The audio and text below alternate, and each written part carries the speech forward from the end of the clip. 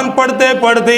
اشہد ان پہ آ کے خاموش ہو گیا۔ کس نبی کا نام لیا جائے گا، کس رسول کا نام لیا جائے گا؟ سارے انبیاء بیت المقدس میں ہیں، حتیٰ کہ بیت المقدس کو تعمیر کرنے والے بھی ہیں، بیت المقدس کو بنانے والے بھی بیٹھے ہوئے ہیں، بیت المقدس کی بنیادیں اٹھانے والے، بیت المقدس کو آباد کرنے والے، بیت المقدس میں نبی بن کر جو آئے، وہاں کی سرزمین پہ جو رسول بن کے آئے، وہ بھی مسجد اقصی میں ہے، وہ بھی بیت المقدس کے اندر ہے۔ اذان پڑھنے والا رک گیا، اذان میں کس نبی کا نام لیا جائے گا، اذان میں کس رسول کا نام لیا جائے گا؟ فرشتے کو بتایا گیا،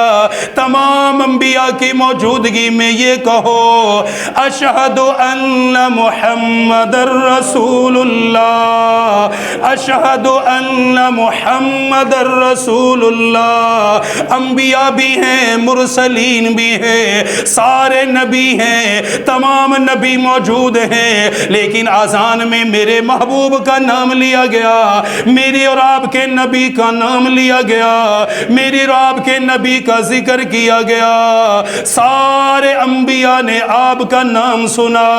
اذان کو مکمل کیا گیا۔ اذان کے بعد امامت کی باری آئی، صفوں کو سیدھا کیا گیا، صفیں بنائی گئی۔ اب دل میں خیال یہ پیدا ہونے لگا، آج مصلی امامت پہ کون آئے گا، آج امامت کون کرائے گا؟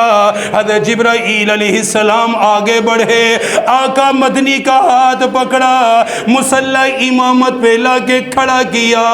عرض کرنے لگے، آقا آپ کی موجودگی میں کوئی نبی امام نہیں بن سکتا، کوئی رسول امام نہیں بن سکتا،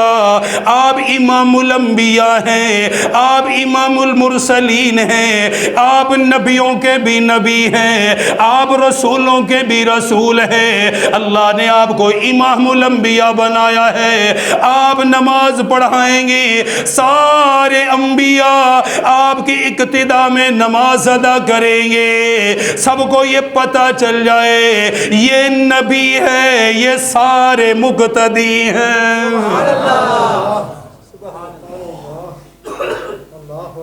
یہ نبی امام ہیں، یہ سارے مقتدی ہیں۔ وہ کسی کہنے والے نے کہا نا، شاہ کونین کی جب سواری چلی، شاہ کونین کی جب سواری چلی، آسماں اور زمین میں صفیں بچھ گئی۔ شاہ کونین کی جب سواری چلی، آسماں اور زمین میں صفیں بچھ گئی، انبیاء آ گئے، مرسلین آ گئے، مقتدی آ گئے تو امام آ گیا ہے۔ انبیاء آ گئے، مرسلین آ گئے،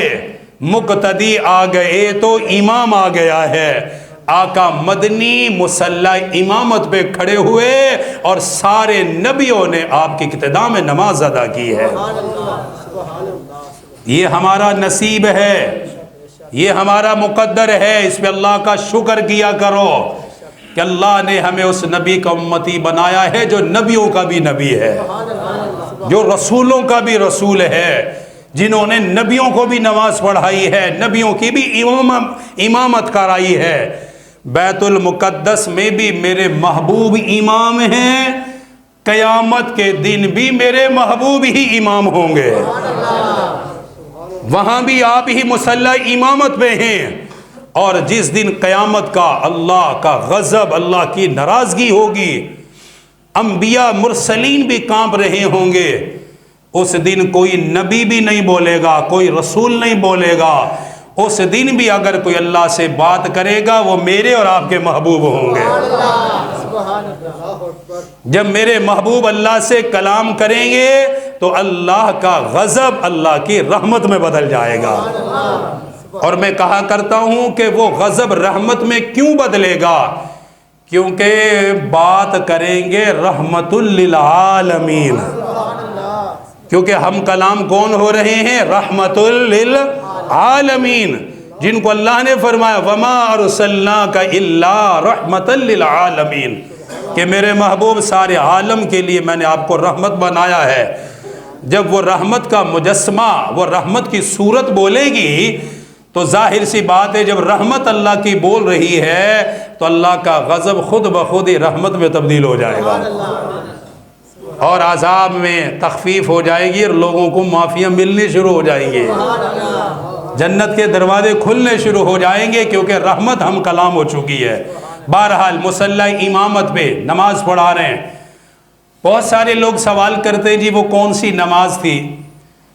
ویسے تو اس وقت کوئی نماز کا نام تو نہیں تھا، نماز تو حضور جب عرش پہ گئے تو 5 وقت کی نماز فرض ہوئی، پھر فجر، ظہر، عصر، مغرب، عشاء کے نمازوں کے اوقات مقرر ہوئے۔ لیکن یاد رکھو بیت المقدس کی جو نماز ہے، میں بڑی تحقیق کر رہا تھا، آج بھی کتابیں کھول رہا تھا کہ وہ کون سی نماز ہے، تو مجھے ایک بڑی زبردست بات ملی ایک کتاب میں۔ ایک لکھنے والے نے لکھا کہ یہ 5 وقتی نماز نہیں تھی، یہ بلکہ عہد کی نماز تھی، یہ وعدہ کی نماز تھی۔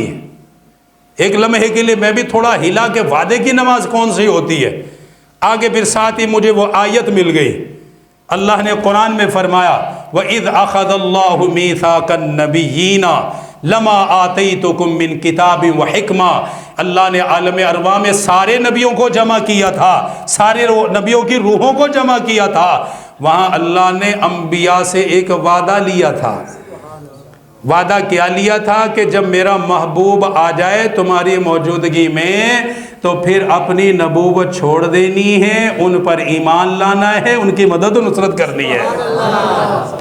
یہ انبیاء سے وعدہ لیا اور قرآن میں اس وعدے کا ذکر ہے، قرآن میں اللہ نے بیان کیا اور سارے انبیاء نے کہا یا اللہ ہم پکا وعدہ کرتے ہیں کہ آپ کے نبی کی موجودگی میں اگر ہم ہوئے تو ہم اپنی نبوت اور رسالت چھوڑ دیں گے، آپ کے نبی کو اپنا امام بنائیں گے۔ یہ وہی نماز ہے، یعنی وعدے کی نماز کہ انہوں نے اپنا وعدہ پورا کیا کہ آپ کے نبی آخری رسول وہ امام ہیں، ہم سب ان کے مقتدی ہیں۔ نماز ہو گئی، نماز کے بعد اللہ پاک نے چاہا کہ انبیاء کچھ اپنے خیالات کا اظہار کریں۔ انبیاء کی مجلس ہے نا تو مجالس کے اثر بھی ہوتے ہیں، دنیا کی مجلس ہو تو دنیا کی باتیں ہوتی ہیں، اب تو ماشاءاللہ سیاسی مجلسیں جڑ جائیں تو پھر سیاست کی باتیں ہوتی ہیں نا، نون لیگ کا اس کی کرے گا، پی ٹی آئی والا وہ کرے گا، فلاں بہت ساری جماعتیں، اپنے اپنے مشغلے ہیں جماعتوں کے بھی۔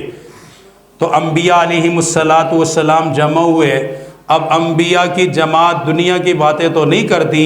انبیاء کی جماعت ظاہر سی بات ہے وہ اللہ ہی کی تعریف کریں گے، اللہ ہی کا ذکر کریں گے۔ اللہ تعالیٰ نے چاہا کہ انبیاء کچھ خطبہ دیں،